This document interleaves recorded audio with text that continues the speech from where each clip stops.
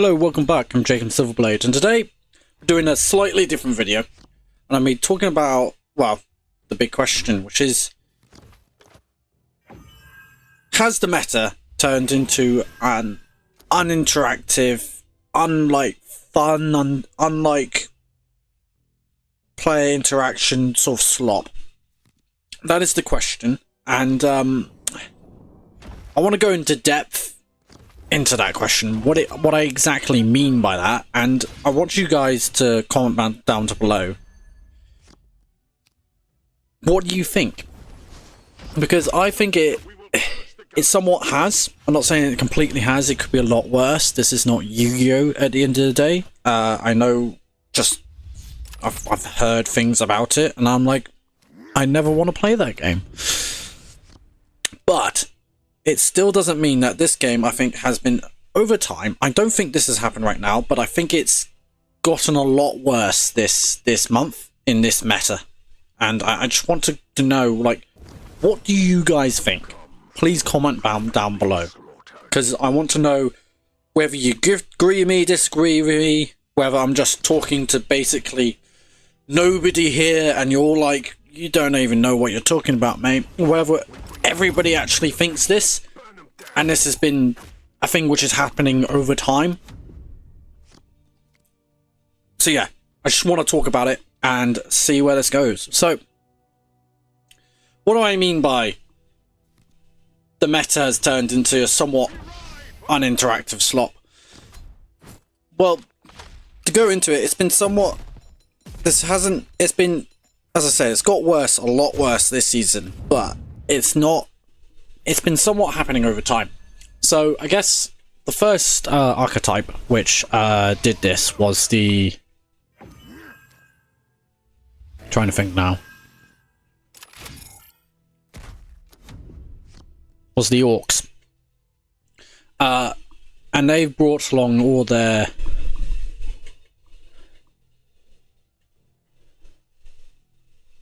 they brought along, like, what is it, the Orcs expansion, so the Grizzlescar boy, particularly Gordrang as well, doing that face damage whilst putting armor and stuff. And basically what he would do is that you would play a whole bunch of flank troops, no mucking about, Wood of Gork, that sort of thing, remove the opponent's board, but every single turn he would trade up. So what I mean by that is every single time he attacked, most cases he would take 2 damage, but he will deal 4 damage to the opponent. So he'll trade up and he'll keep on going and going and going until eventually he traded so effectively well that he would win the game from it. Maybe some sort of like mini combo with like proper killy and then his wall of power, something like that, just able to finish the opponent off. But that's basically how the game goes, right? That's roughly what happens with the Orcs and what they do. That's what Gordrang does.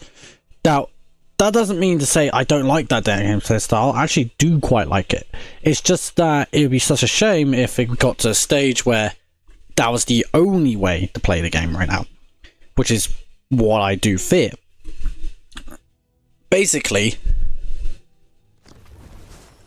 it started there, it kept on going. There were some other warlords which kind of could do the same thing, but not particularly. So you had like Morven Vaal, which can kind of do it, less in, more down to the Gordrang side, but not really playing no troops. You have some things like that, particularly when Titus came along, he could start doing it, particularly the new cards from the expansion. And then of course we ultimately got GSC. Now, GSC, I'm not saying does the same thing as Gordrang, but it does do this very uninteractive style, which is putting sabotages in the opponent's hand, playing maybe a couple troops to deal with the opponent's stuff, put sabotages in your hand, and to wait till combo. Now, I'm not saying you can't do that either with a combo sort of gameplay style at the end of the game, but it does mean that what I find particularly annoying is that there's really no counter play to it, and there's no real way of properly dealing with it, like actually dealing with the combo. What that I mean is not just beating them up before they're able to get the combo off. That's what I find, I guess, problematic, is that you can't just, it's a unfun sort of like way of playing the game. It's a scenario. So when I get into like, what do GSC do, and like the meta right now, basically, GSCs at the top of the meta. They're very effective, very powerful. And what they do is they put sabotages in the opponent's hand. And this, fundamentally within itself, prevents all late game sort of play. Because if you leave if you're playing late game, yeah, at the beginning turns, if they put sabotage in your hand, you can get rid of it straight away, right? Because you got nothing to play anyway, you might as well play the sabotage and remove it. But when it gets to the late game, they can put several sabotages in your hand on the same turn. So if you remove one sabotage, let's say you remove a sabotage for energy because they've got underground network, I think it's called. They do that.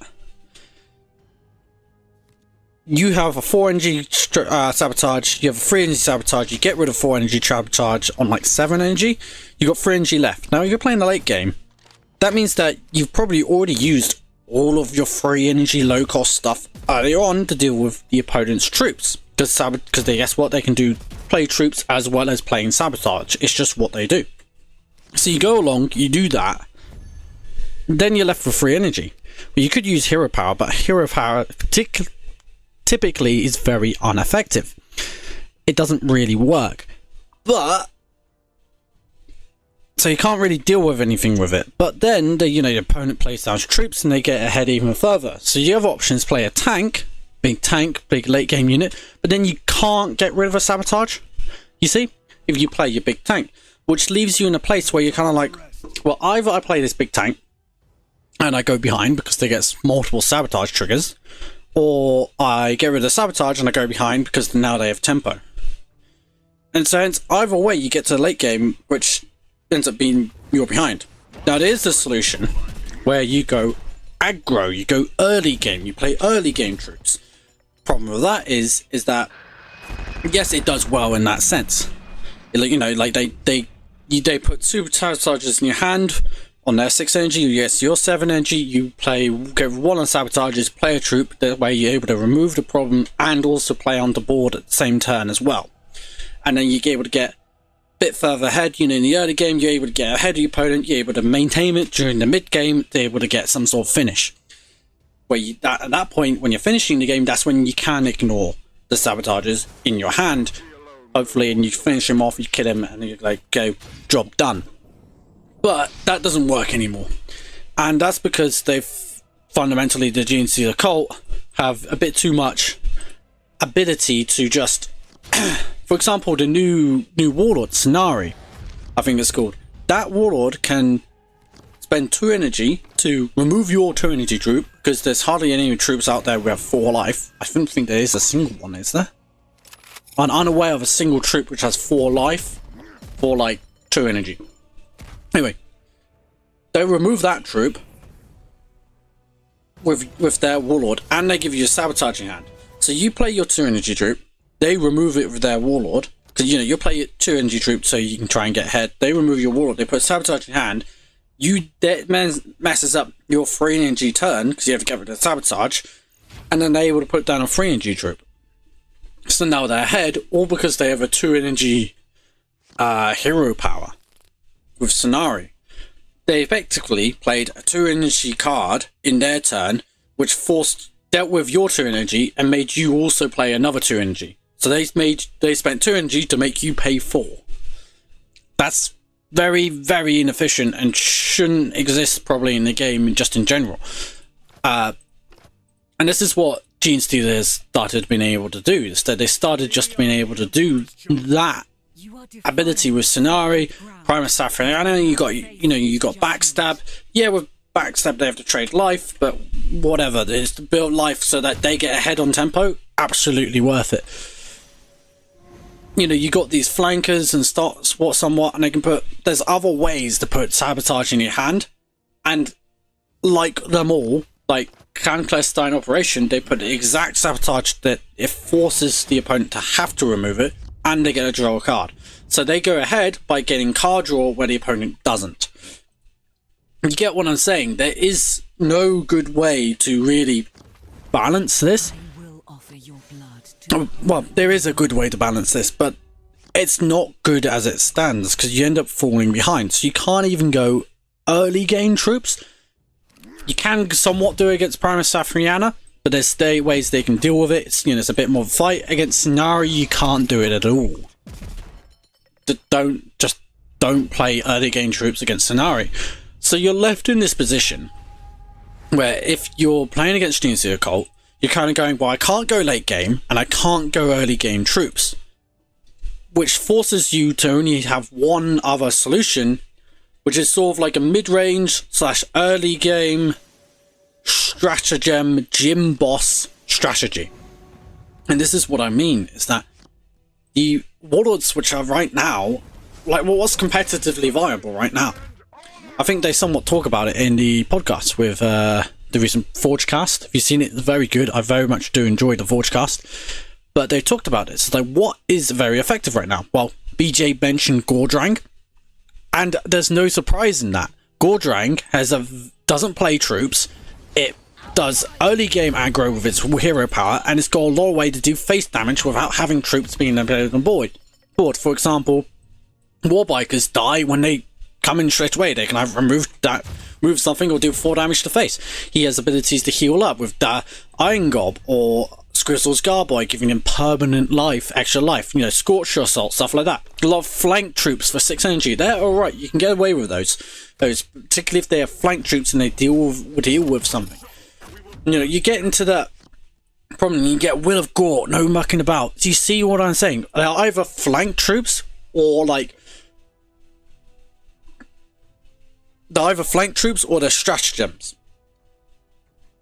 There is no board building presence whatsoever. They're just trading you or doing damage to face with raw, like, hero power and face bashing. What is another warlord which is really good? Well, Ecclesiarch said that the Jane Czar is a very good option right now, and I would agree. How does Jane Czar? It's a bit different how Gordrang plays, but Jane Czar does stuns. You can't attack with Scenari if you're stunned. Jane Czar stuns Scenari all the time. It should also put some stealth troops, like the Ranger, and then you have the Striking Scorpion. These two troops can't be attacked by Scenari, so you have that extra turn of just, you can't attack these troops, Scenari, so you can get able to get away with that early game per se. And then when you do put down troops, which it can attack, you can stun it with your hero power. You're getting what I'm saying? It's that these warlords, which are very effective, there's others, by the way, which go play into that very well, but which are very effective right now, are very uninteractive by playing stealth or flank troops, and they're trying to do face damage with their warlord. It's one gameplay style. It's the gym boss style. And the only 2 gameplay styles right now are gym boss and Genestealer Occult. Now, there are several variants of Gym Boss. So you've got Ultramarines Gym Boss. If you want to know what that is, that's Titus. You're playing Titus, boys. You got Xyla Hexagon. It's recently been buffed with the Infernal Gaze. It's Gym Boss support as well with Diabolic Strength. And then you're able to use Murderous Desires for a combo finish. Either you do that with Venom Crawler. Yeah, I know it's a troop, but you can give it camouflage and all that stuff, and you can hide it away. So you either mask Murderous Desires with that, or you use it with Dracnien. Gym Boss. You know, you got... So that's the Chaos version, the Ultramarines version, the Orcs version, and then one which could work, I don't know what the Tyranid players think about this, but I think it could work, is Swarmlord. You put in a whole bunch of stealth troops, which can't be attacked. They can't backstab them, they can't do that. You're able to punch with them, you're able to deal constant damage with Warlord, and they have to attack you. So what Swarmlord does very effectively is that they for them to keep up with Swarmlord, they attack the Swarmlord to take 1 damage back and do 2 damage to it. But he does 3 damage back and take 2 damage back. The end result is you've both taken 4 damage, you've both taken 4 damage in 2 turns. But it forces that, otherwise the opponent starts going behind, you see. Excuse me. Which means that you're able to aggro down your opponent because it forces that interaction. Put a whole bunch of stealth troops, Synapse combos and stuff like that, maybe some hardened biology so you guys don't die, and then suddenly you've got a warlord I think would be very effective. It's not Gym Boss, I'll give you that, but is it uninteractive? Stealth is hecka uninteractive. So that's like the meta right now. That's how I see it. That's the only proper way to deal with Gene Stealers Cult, and all other gameplay styles just doesn't work. Like, you can't go for the early game aggro, like Lavarius build, for example, because you'll just get sniped, you just get killed out, and you will just start going behind, and you'll start suffering from poison supplies and stuff like that. You will lose against Gene Stealers Cult. I mean, it works better, but it's not that effective. I think you will lose behind, and it's not as good, nowhere near as good as Gym Boss strategy. If you go for sort of like a mid-range, maybe Sisters build, it's not really that effective with all the like flank troops and stuff, because you'll go behind because of Sabotage, because it's too effective. If you go behind and play late game, well, you will lose, because they'll just put Sabotages in your hand, and then you can't play a big tank and a Sabotage at the same time. You're getting the idea, right? It's not a fun gameplay style.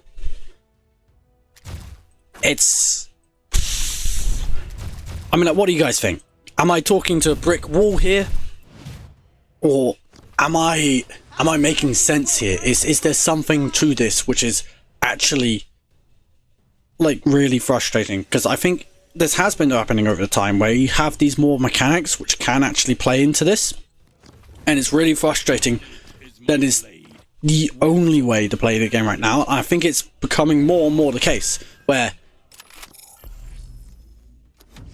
that being the most effective way to play, rather than being an option to play. And I think that started becoming more and more the case. I mean, like, with Orcs, Gordrang has been the best warlord for quite a long time. Maybe Tigurius might, like, if it wasn't for GSC, might be better than Titus. But I'm not so confident in that. I think Titus, beats Lavarius in sort of the go wide sort of build, so I think you're going to lose there. Jane Czar being the best Eldar warlord, I think it's quite comfortably the case. And now probably Xylar being better than any other Chaos warlord. It just so happens they are the best options against GSC as well, which amplifies the problem. So what do you guys all think? Leave a comment down below. When I go into potential solutions next, see you there. So we're on to potential solutions right now, and basically we need to deal with the elephant in the room, right? We need to excuse me, deal with Gene Stealers Cult. So the first thing first, we'll get into these two warlords in a moment. They're the main two culprits of this situation, but we'll talk about Sabotage within itself. The fact that Sabotage encourages people to play this gameplay style where you don't play early game troops and you don't play late game vehicles at all, and it's like whatever, kind of suggests that Sabotage in itself needs to be nerfed. Now, I know this is a meta month problem, but I think it's done me fundamentally good for the game in the long run as well. Dealing with this Sabotage problem, so it's not a menace potentially later on whenever they want to add a new mechanic to it and make it unfun. Because it's not fun having a mechanic for your faction just to be weak and unplayable with maybe somewhat ambush mechanics. But then it's not fun on the other hand where the mechanic is just blatantly too strong and it's obvious you just only play that mechanic, is it? Sabotage. So we'll go into Sabotage, and there's two ways I think you need to take it. And the first way is what I recommend they do, and the second way is what I would do if the first one doesn't work. Because it might not work. I hope it does, but it might not. Basically, the first option is that every single Sabotage in a person's hand, at the end of that person's turn, so the person which has the Sabotages in hand, not the person which puts the Sabotages into their hand, at the end of that person's turn, all Sabotages in the hand cost one less. Now, the reason why this is perfectly fine is because poison supplies will trigger then, and rogue propaganda will trigger. So you'll get at least 2 triggers of rogue propaganda before it costs 0. Because otherwise, it's, it's pretty much unplayable. So they will get these triggers, and not because Barricade I would cost less, particularly with Cut Them Off right now. If this card didn't per se exist, maybe Barricade didn't have to cost less every single turn. But as it stands, because it puts 2 of them in your hand, I don't think it's a good idea to have Barricade costing less. Well, okay, it is a good idea costing less. That stay in your hand isn't a good idea, I think I meant to say. I think that is the solution for this, so that things don't stick in your hand, so you can play late game, because guess what, they equally cost over time, and that means you can play a big tank and remove the sabotages within time. They still have to deal with your big tank, but eventually you were able to deal with the sabotages, but it doesn't mean they don't get rewarded. They do get rewarded, because certain triggers will happen. So that is the first thing. That is how I would change sabotage right there. If that doesn't work though, because it might not, it really might not. It might not be enough, because they will still get the triggers anyway. It still fills up your hand anyway. It still causes problems, right? If that happens, wait, it's not good enough. The only other solution I can see, or like a proper solution without fundamentally like reworking the entire sabotage mechanic altogether, which I don't think they want to do, but without reworking the entire thing altogether, the only thing they could do is permanently make all the sabotage cards cost one less. That's the only other solution I can see. I don't want to do that solution, because I think what you're taking is a mechanic which is too strong and making it unplayable if you do that. However, it might be the only way, because it might be the other solution which I could thought of, or maybe some others don't properly work, and just fundamentally going, right, everything costs one less might be the only way to make it playable, at least fun for your opponent, because GST are too strong, and that will make it not fun for the other opponent, that sort of thing.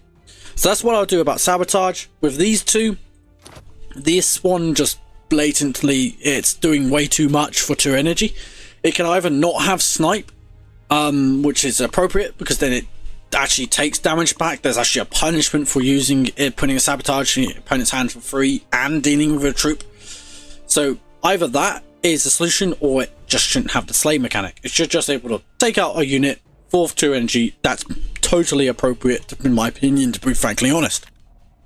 Then you got Primus Safriana. It's way too much consistency. Being able to draw exactly what you need, either a troop or a stratagem, whatever, it does allow for just too many problems and stuff, and it's blatantly the best warlord out of all these. If you nerf this right now, there's a debate between these two. If you nerf this one, like, Primus Safriana will blatantly the best warlord. So after you do the sabotage nerf, you would need to nerf, as I say, Scenari, and then Primus Safriana I don't think should be able to draw a troop and draw a stratagem. It should just be changed to draw a card. It's crazy how this is in the same league as somehow Calgar, like in the same game, where this is just draw a card and you just get a straight up choose. Like, I know it's got 5 more life, Calgar, but it's a 10 times better ability, and you get the option of healing 1 to your units. So I think it's not alright having this ability as it stands right now. So that's how I'd nerf Sabotage, because it's way too oppressive. Would it be the only nerfs I'd do to GSC? I mean, like, you could do some others, but I would want to wait and see, to be frankly honest, because you don't want to over nerf a faction. It's not fun for the people playing the faction if you over nerf them and they're unplayable. Like, sometimes it is better if they are completely oppressive. You just over nerf them, you get them out of the way, and you sort of build them back up. That can be a solution if they're too oppressive, but we haven't had that, and I think I do believe these are solid solutions, making them decrease the cost of sabotage in your 1 by 1 at the end of your turn, stuff like that. I think are solid solutions for solving these problems, and will work. Talking about the gym boss, sort of uninteractive sort of gameplay style, you just need a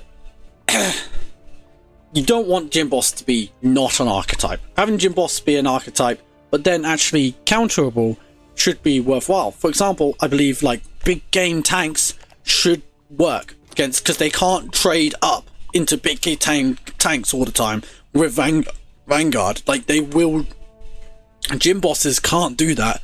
They will die to big game, late game tanks. They just will die to it. So things like so, you know, nerfing GSC will help within itself, But this is a consideration, right? Maybe Xyla could be not quite as strong. I know it's a very strong warlord right now, but maybe less gym boss space. The fact that it can actually even play gym boss might be a bit much. But also just considering, you know, like, for example, right now a lot of these warlords, for example, Jain Zar, relies on a stealth unit. They don't do per se the gym boss route, but they rely on these stealth units to be able to sort of do this uninteractive gameplay style, which I think I find a problem with. So the solution to this is actually to provide proper, solid, anti-stealth cards which solve these problems. For example, I think BJ mentioned this in his video. You got Triac War Veteran. Now this removes stealth from all and camouflage from all enemies. But what it doesn't do is actually deal with those stealth troops. So if you can only attack with the Warlord, and if they don't die to that Warlord, it doesn't actually solve the problem. The stealth did what it needed to. So even though this is very useful in a later game, where you get like 10 energy, you play this, and then you play something else to remove it, very effective, don't get me wrong, but it does mean that in the early game, it doesn't actually quite work properly. It doesn't do what you want it to do. This is the same game with particularly, this is like a blasphemy, but like, all enemies lose stealth and camouflage but for 6 energy, so you have to figure out, like, let's say on a 10 energy turn, you have to remove like a 8 energy unit for 4 energy. That's a bit much, isn't it? So it needs to have some proper way to actually dealing with these stealth troops. For example, this one can make all enemies lose stealth and camouflage and tax one of them at random. That would be pretty cool, wouldn't it? So it goes along, it removes them, and it's just able to fight one of them, and then, you know, it trades and it sort of dies. It'll be at random, so you don't know which one's going to attack. Same with maybe Triac War Veteran. It's useful because it deals with the entire board, but maybe it should, I'm not saying fight one of them at random, but maybe it should somehow damage them a little bit. I don't know, something appropriate. But the other factions need actual anti-stealth. For example, the Imperial Guard one have a decent, I'd say decent anti-stealth card. For 2 energy, removing the stealth quite often means that you can play that and then also play some sort of removal. It's also very flexible in the fact that it can draw you cards. It's a very appropriate one. But like Tyranids, they don't have, it's an alright for dealing stealth, but it's, you know, it's pretty bad otherwise out of it. Deal 3 damage to random enemy in stealth and it loses stealth. Might work, but they got, you know, you got to be playing. It does the job for that particular stealth unit, but they got to be playing stealth, and you got to be able to like remove it afterwards with like your Warlord. It's got to have 5 life, otherwise you can't do it with just Ravener alone. So yeah, that's one thing. And then another thing with just like these gym boss Warlords, which are somewhat interactive, uninteractive. Maybe it's difficult to say because I don't want to just make them unplayable, because they should be an archetype to potentially play, and there's of course big late game stuff is a quite good counter. So I think that should be appropriate. That should be fine. Doing all that, I don't think there's anything like the Titus you have to nerf. I mean, it's a pretty powerful ability Titus has, but so I think, yeah. Anyway, that's my opinion. What should happen, which should appropriately deal with the stuff. I mean, like, there's in overall game changes as well. You can remove a lot of the flank troops, a lot of the, you know, like dealing with stuff, stratagems. Maybe encourage maybe things which play on board a bit more. Like, I'm not saying firstborn, but play on board a bit more. Actually, be able to stay on board a bit more. I don't know. It's a difficult one to balance. Don't get me wrong. But the general game could really benefit from it. Anyway, we're going to go into the tier list section now, and what I think about the meta in general. So we're on to tier lists now, and basically, this is how it's going to go. Let's get the obvious one out of the way. Gene Zero S tier. It blatantly is. It defines how the meta is played, how people play it. I know it's not top in rankings, right, with the best player in rankings so far. However, I wouldn't be surprised if it has the best win rate, just overall for like every single warlord. It wouldn't surprise me at all. It's just that everybody's trying to counter GSC and what they do and how they play. It's just simply how it works. Yeah, so with that being said, how this tier works is that GSC is at the top, they've defined the meta. Now, it's every single warlord which exists in the game for each faction, which can counter that, is gonna be the, gonna go somewhere into A to B tier, and if you can't counter it at all, you're now somewhere in C to D tier. So let's go through armies. Ultramarines, they actually stand pretty good, in a pretty good spot. They've got Titus. You can do things with Varro Tigurius as well. It's pretty decent. However, I would say Titus is the most comfortable one, most consistent. I'd say just in beating GSC what it does, just because innately his hero power just is kind of what you want for dealing with GSC and what they can do in their stupid shenanigans. Next up, so that's why they're in an A tier. Next up, we got Necrons and C or D tier. Let's put them there for now. They get countered by GSC. You do have Ramatek. That could be quite decent against GSC, but all you need to do against Ramatek is it can do Gym Boss with Ramatek, but then you just have one troop a turn, and then Ramatek can't punch face, and then he can't punch face, so he can be countered. I'm putting him in C tier, just because they do have certain tools, particularly with Ramatek, they're able to deal with that. But at the end of the day, that doesn't work quite effectively. But I think I would put them D tier otherwise, because I don't see them really being able to particularly counter GSC and what they do. They don't have many uninteractive things. They don't have many stealth troops. Most of the things they put onto the board are, units. They can have some armored units, but are generally not that effective. I mean, yeah, I think they get countered by GSC. Orcs, quite comfortably in A tier. This is mostly because of Gordrang. At the end of the day, it's a very powerful warlord. It does exactly what you want to do against GSC, which is punch face with its hero power and just trade down. You don't need to play any troops. You can survive through that. You've got plenty of removal pieces here and there to be able to deal with the GSC board. I think it's quite comfortably A tier, just because, and the reason why they're above Ultramarines is because I think they have more mechanics to be able to deal with the GSC board and how they play.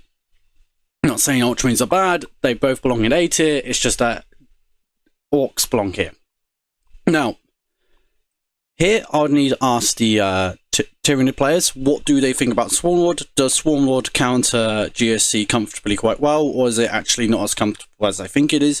If it's comfortable as I think it is, it's probably here behind Ultramarines. I think the Ultramarines do win out because they're just a bit more consistent overall with more potential flank troops and stuff, and only relying on Titus, they would just punch face. However, Swarmlord, very powerful, of course. He does some very powerful things, maybe potential combo plays just to kill the opponent off. So I'm putting B tier to now, but if you Tyranid players think that Swarmlord is actually a very good counter to GSC, let me know. And yeah, you would definitely deserve the A tier ranking. Sisters of Battle, you're the top of the bad bunch. I don't think Morven Val would really work properly against GSC. I don't think... what's her name?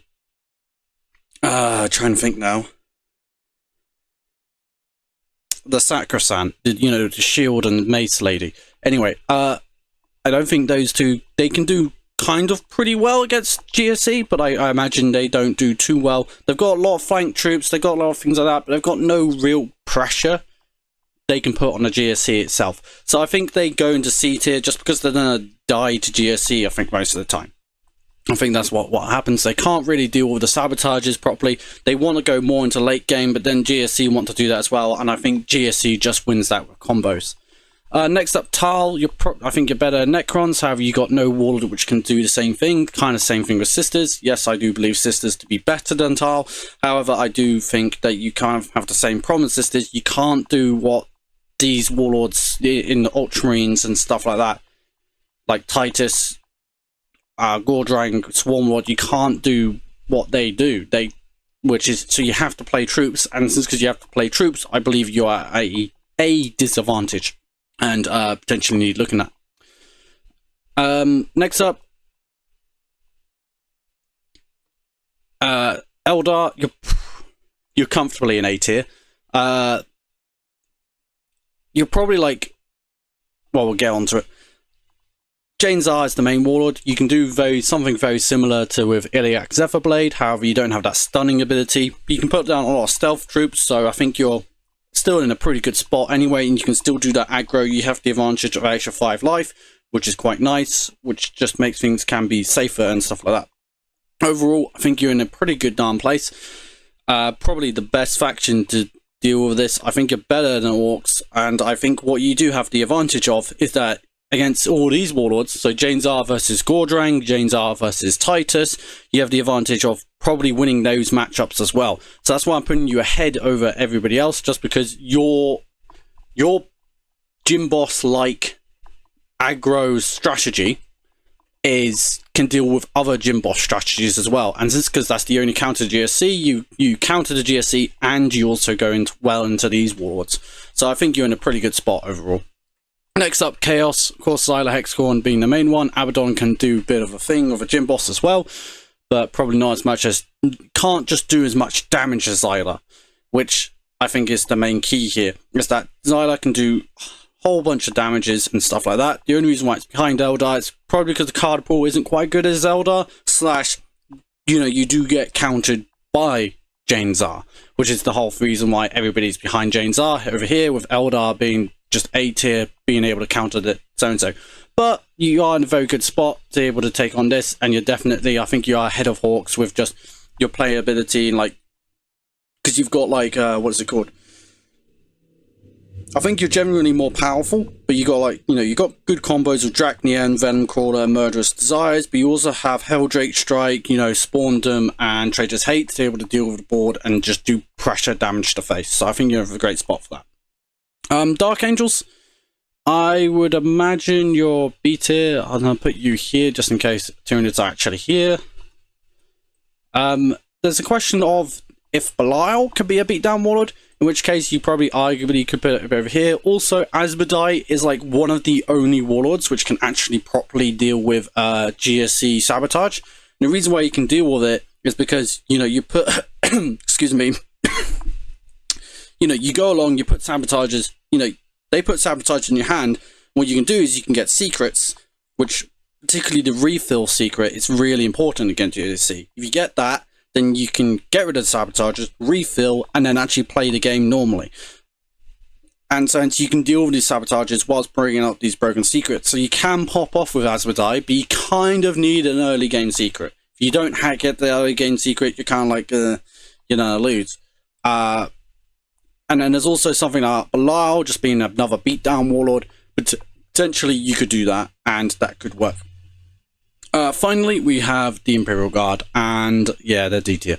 I know I put them in B tier last time. I actually do think overall you're probably better off than Necrons, at least, maybe even Tal. But that's just like an overall, not looking at the meta rating. Right now in the meta, you literally have 0 counterplay against GSE. You can't do anything like secrets to be able to remove the things in your hand. The best thing you've got is what's it called? High Command, I think it is, with the refill and stuff, which means that you can probably remove some and then do it, but you have to actually draw into it, and then you need to get to like about at least 8 energy to remove a sabotage and then also do it. So, you're like, it's not really that great. And then you got no real way to put pressure on without putting down early game troops and trying to spam board. But if you're trying to do that, you're going to lose to Scenari, because they're going to put sabotages in your hand and then remove your troops. And GSC can quite comfortably do that. In fact, they're teching for it because they know they're facing aggro warlords. So that's the best way they can deal with that. So you're still even behind in that sense. Simply put it, the Imperial Guard are just totally not favored into this meta. You actually stand a pretty good chance of taking some of the gym boss warlords on if you particularly do get a lot of guardsmen in the way with Vanguard and stuff and able to play down those big tanks. They actually have to remove them.